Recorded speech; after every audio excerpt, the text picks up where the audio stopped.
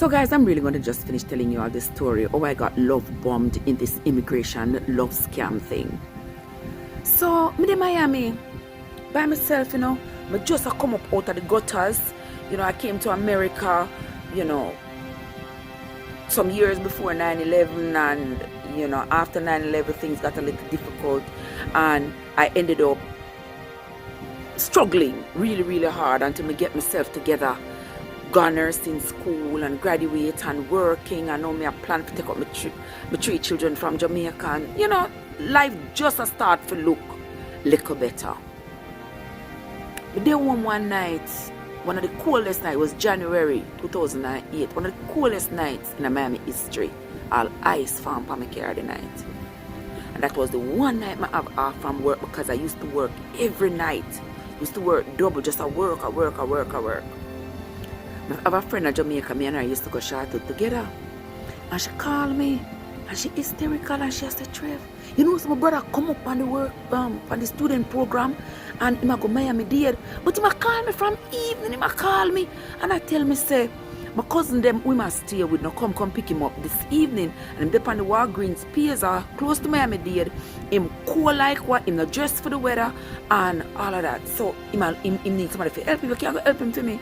I tell you, say, I'm a friend, my good friend, Friend, when me I tell you, say, come at my house, come stay. Come from Jamaica and come, I'm like a 1-bedroom apartment down in Miami, there, so come stay for all 7 weeks. So I'm a friend.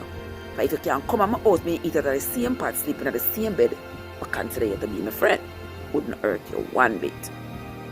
So me now jump out of my bed, grab my coat, jump in my car, fly over Miami-Dade, go over there and see the guy, me pick him up, where him live.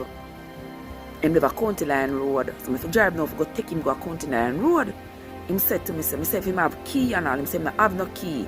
Nobody now answer the phone from evening, come off of school from like 3 o'clock. By this time, it was about 8:30, 9. Okay, no, say December, start January, so another period there, the night come down earlier. So I say, alright then, listen, I see you in the call video, So I go just carry out my house, you go and call them, and when them answer the phone, we just tell them which part you're there, and they will come and pick you up. Nothing for the fear argument that the sister dep on the phone, the mother dep on the phone, the 4 away agree. So me now, like, come to help us, carry this man go me yard. So I bring the guy at my house now. I was quite hospitable. I end up go cook for him. Give him rice and bully beef. Just make him comfortable, Stay up on the couch and wait until your family member them answer the phone. I'm going on my bed. In the morning when I woke up, the guy was still on the couch. So I said, what happened? He said, his family members them answered the phone at 4 in the morning and told him that they were in Orlando. Me say, hey. They know them to go to Orlando, I not tell you. So them go to Orlando. How do they expect you to go back in the house? What did they expect to go happen to you? So, I said, alright, come and drop you off at school. So I drop him off at school. I show him how to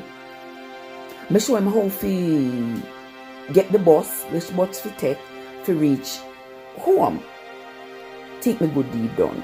Alright. One morning I come home from work. My phone ring. When I answer the phone, I am. So I'm try what I want. All things good. But I go home from work. I'm saying, never big deal to ask you, So what happened? So you think I can come in your house, come use the computer for the homework? I said, I want to the computer where you live. So what you want to say me? Cousin, I want computer there, and my cousin carry computer with her everywhere you go. So you never know, say at school you come, you didn't need one computer. So, I say, yeah, I'm going to get one soon, but, I just need to get some homework done. And there's a whole heap of homework, so if you don't mind. So I think, so, alright, young people and, anytime you see young people try to elevate themselves, the best thing you can do is to help them in any way you can. And I say, alright. So I go pick him up. I bring him at my house. So I not on the computer for the day anyway. I go to sleep because I just come from work. Put on the computer, put it on the computer, go on my bed, go sleep. Things I'm a good deed done.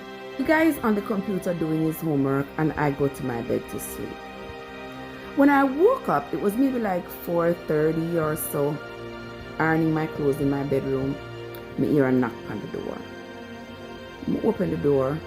The guy said to me, can you get the code for coming at the apartment? So I said, why you need the code? He said to me, my cousin downstairs, she come to talk to me. I go talk to her and then come back. So I said, you know, see what time it is? No, but you don't need to come back. You need to go on with her now, because at time now I get ready for go to work. He said to me, Trev, you know, say I have just a little bit of homework left and it due tomorrow. You think, say, I can go talk to her and come back and finish the homework. You can drop me home, pay away to work. Me know like a big old yes woman. No stop and think, say, why you go come back number one? And why she, you go home but she have to come talk to you? Me not think, you know. Me just as the yes woman, just as say, alright then. So me say, alright. Knowing say no, me I go drive, go drop him, and then me have to go drive back south to go to work. So me say, alright then, but hurry up. Give him the code, and run out of the apartment. Me continue to press my clothes. When me still there, I press my clothes now, me hear the door open. But when the door open now, me hear like something I drag on the floor. So me step out into the hallway now, look for see what that. When me look, the man are coming to my apartment with 2 suitcases. Me say, what is? Where you go? Where you going to with the suitcase then? Me telling my friends, the man drop a ground. From I born I never see a man ball so. The man start a piece of balling and start a cussing cousin wicked. How them wicked I believe say. My cousin carry my suitcase them come give me and come tell me about she not take up nobody responsibility because she have one pitney and she sent it to Jamaica for her mother raise it and she not take up nobody responsibility. I say what? She can't say that. Who sent for you America or Jamaica? Who signed the paperwork with the immigration to say them are going to take care of you? He said she. Me say, well, she can't put you out. You try call her and tell her if she could come for you. And you and your suitcase, you cannot stay here. Because me never planned for this. The man ball. Him ball. So me jump on the phone and I call my friend at Jamaica. When I call she have the same story. She and her mother on the phone. The 2 of them in distress. Him there my foot in distress. And the whole of them a ball. So after at that time now, me confused. You know me like, what the hell? You just come walk up in somebody's house with the 2 suitcases. Nobody don't ask me no question. You just at liberty so. So me on the phone and I talk to my friend and she in a distress. Her mother in a distress. 2 of them a ball. Him there my foot a ball. So me I go to work now. Me just say, alright then. We can't deal with it right now. Me I go to work. So just make yourself comfortable. Me gonna work.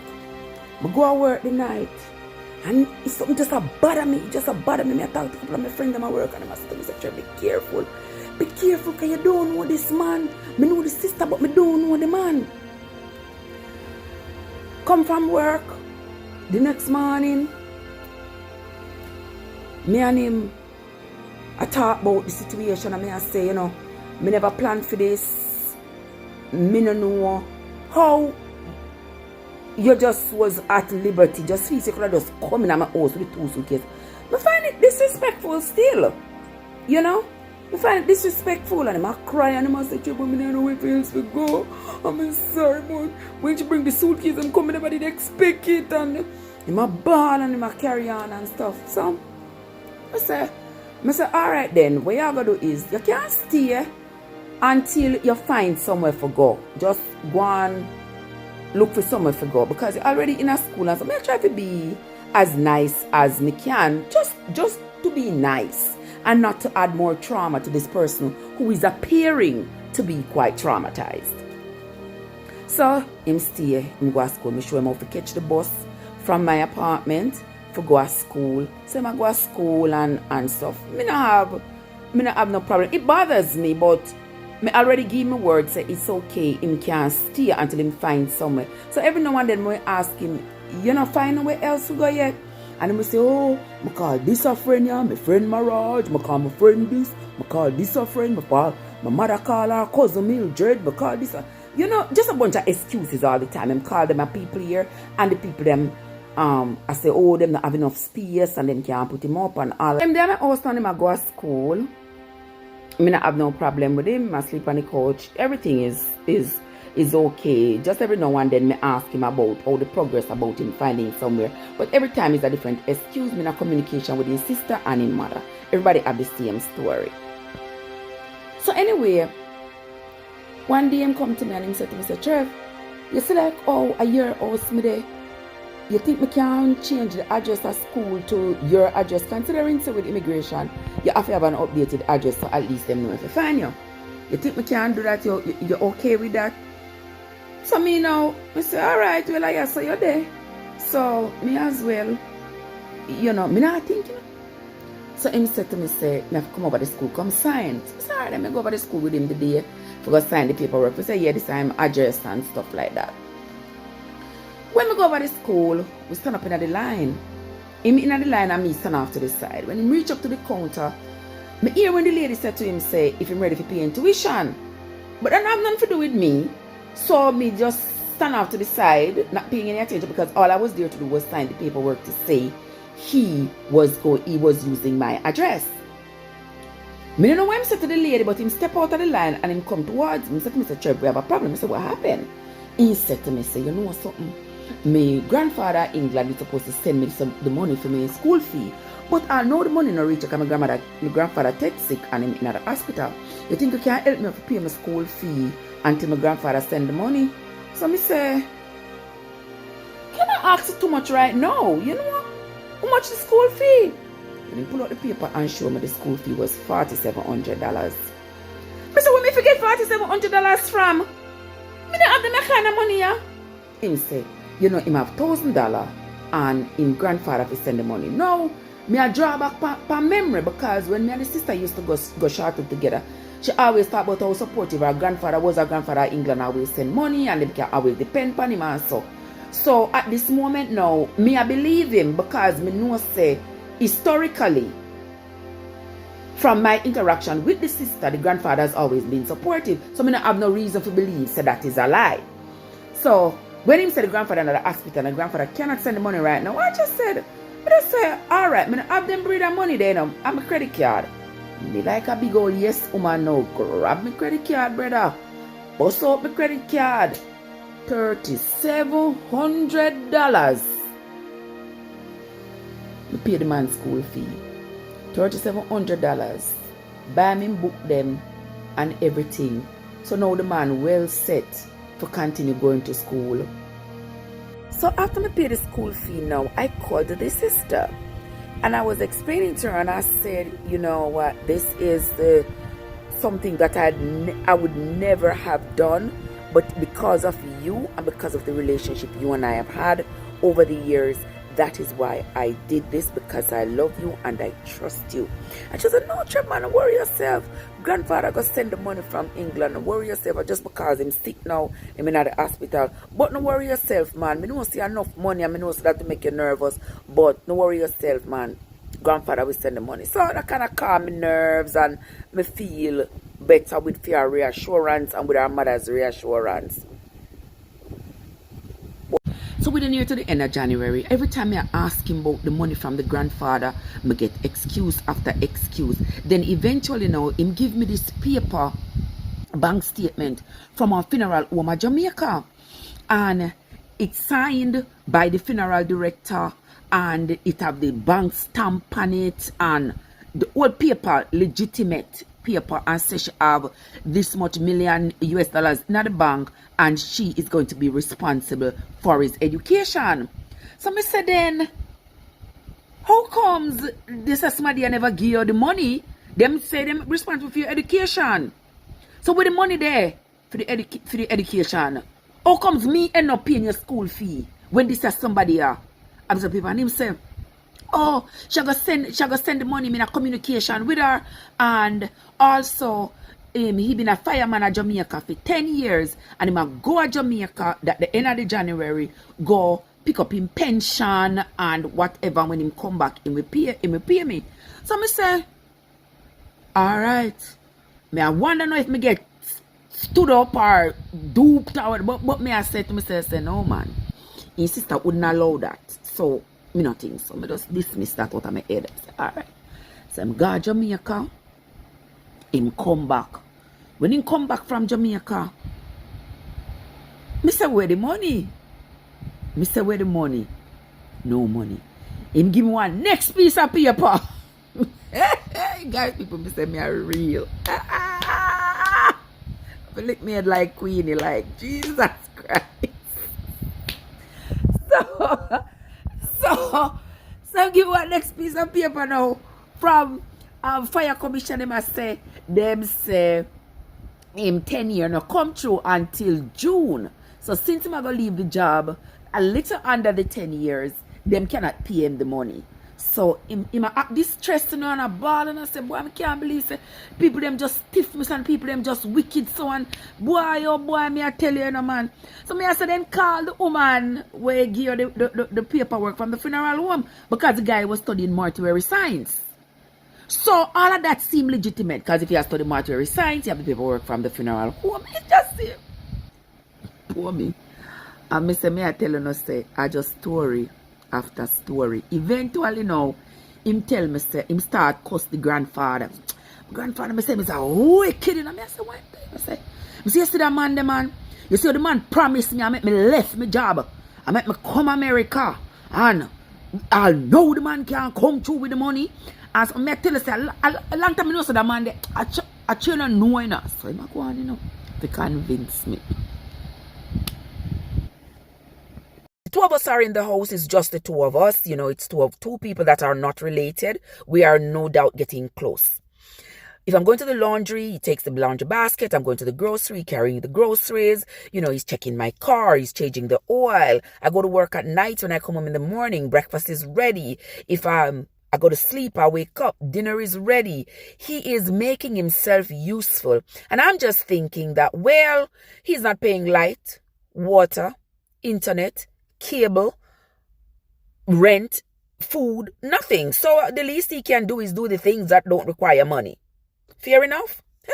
Little did I know as a fire there must steal and think a cool breeze. That was me. So as time went on, he started to express himself to me and he was saying, you know, you are the best thing ever happened to me. I never in a million years dreamt that I would be in a situation like this and find somebody like you who is so caring. And you know, I don't have to tell you all the words, you know, stroking my ego and saying all these nice things and stuff like that. And he had always prayed and asked God to help him to find a woman with a good heart. And, you know, God has answered his prayers and stuff like that. And he wanted to know if I was dating, if I had anybody, because he hadn't seen anybody come to the house, hadn't seen me gone anywhere, etc. So I expressed to him what my life was like in that department at the moment and stuff like that. Little did I know that I was being roped in. So later on, when he started expressing himself as wanting to have a relationship with me, I had a lot of reservations. Number one, I was 7 years older than the guy. Number two, I already had all the children I was planning to have. Number three, this person was coming into the relationship with nothing, zero, nada, and I was not up to that. But he eventually convinced me. And he says, she am on a load, but it broke neck. So anyway, as time goes by, we got pretty close and him ball and him carry on and him been in love with me and all of this. We're not going all of that. But the thing that attracted me the most is that he wanted to have a solid relationship that was grounded in God and church. And to me, that was very, very attractive. So we start go to church and everything. Little did I know, so the man already go to pastor and cry to pastor and tell pastor how him love me and want to be with me and how me I resist and whatever because me get hurt before and me don't want to open up blah blah blah. So now he wants to take me to pastor to make pastor convince me. So we start go pastor talk, you know, he might talk for in peace, he might cry to pastor and stuff like that. Then eventually me just give in, yeah man. Me just give in. And me just agree for them with the man. End of story. The first thing the man start talking married. And me know with my full self, yes sir. Me say yes sir, me nah make this a pass me. So me run gang go say yes. Knowing fully down well say, all of this I come out of my pocket. This man not have nothing. All the man I do a promise me. Trev don't worry about it. Once me graduate school and me start working and me and you go put together and we are going to do this and we are going to do that. And me know, grab on pan it with both hands. Married to the man, boops. File green card for the man, boops. Man get green card, man get social, man a go to school, and all of the bills, they pay me. Me can't even tell you the rest of me shame. And I'm saying to myself, my God, what is this I just did to myself? I ended up having to, I put the guy on my account, all of these things. And I am just asking myself a lot of questions. But every time I bring up the questions to him, he has a lot of rebuttals for it. And he's saying it's because I've been hurt before, etc., etc. So I'm just say, all right, then let me just go on with it. Just before me got the wedding door, I get this dream. In the dream, me in a one beauty pageant. And while I'm at the backstage, his mom and his sisters are getting me dressed. And when I step out on the stage, everybody in the audience is my family and my friends. I am just in a happy mood and I'm just going across the stage waving and laughing. And everybody in the audience is sitting like this, grim-faced. Nobody's smiling. But his mom and his sisters are cheering me along. And in all my euphoria, I walked right off the stage and broke my left leg. Everybody in the audience, that was my family members and friends, they ran to my assistance. And his mom and his sisters were nowhere to be found. Them disappear. And even in the dream, I'm saying to myself, where are they? Where are they? Nowhere to be found. And when I called my mom and I told her the dream, she said to me, is that wedding you're planning? Is that wedding you're planning? That is what the dream is about. But nobody can talk to for our young people and not here. So guys, me not gonna forget how my mother and her husband come for the wedding. I picked them up at the airport and I come in at the apartment. My stepfather called me in the room and he said to me, Trev, where the man where you got married? And I said, see you pass him out this the coach. And the man looked at me and said to me, so I'm coming at the house, at the devil. I see it and me sit down out there, so Trev. He said, Lord Jesus, me pitney. Let me tell you something. Your belly a go burn you. And me a go pray to God say, is that man no kill you. But your belly a go burn you. But una young people, nobody can talk to you, for you not here. But if I were you, me da cancel this wedding. Me stubborn. And when me come my mind for do something, me I do it. So therefore, me not listen to what Papa say. Papa say I go and walk you down the aisle, not because of you, but because of the respect I have for your mother. You know so when Papa walk me down the aisle door, and we there at the wedding, and I light the unity candle, you know so me veil catch a fire upon me head? And the man talk about say, Lord, things can't happen all the time. Then I have nothing to do with nothing. And me don't want nobody cast no bad spell upon my marriage. And him carry on. All of that stay in my mind. The whole time me and the man they together, it stay in my mind because it was a sign. And me reject the sign. But anyway, me continue. Go to Jamaica, pick up my picnic them, come back. My friend, me and me that talk about us having only the one car. We need 2 cars because everybody need to go work, everybody need to go to school and stuff like that. My friend had a 2001 Chevy Impala. Him offer to sell it to me. So I go get my partner money, $3,000, and buy the car. I say, all right, this is a car of yours, so you can get to go back and forth. And then we won't have any problem. Nobody have to depend on nobody. Fair enough. We are going now. Me tell him say, you can't go continue going to Miami there because I cannot afford it. I know him don't get $1 from England, him claim. I know him don't get $1 from Fire Brigade of Jamaica, him claim. I know him don't get $1 from the funeral home of Jamaica, him claim. And every day I'm a ball and I say, oh, the people them wicked and them promise him and them not come true one. Me the best thing ever happened to him, etc., etc. So me decide, say, all right then, since we married to the man, I gotta be my responsibility. Let me just help build up the man, make the man come to something and then he will stop crying and he will stop feel so despondent and stuff like that. So me just take it on and just leave everything else in God's hands.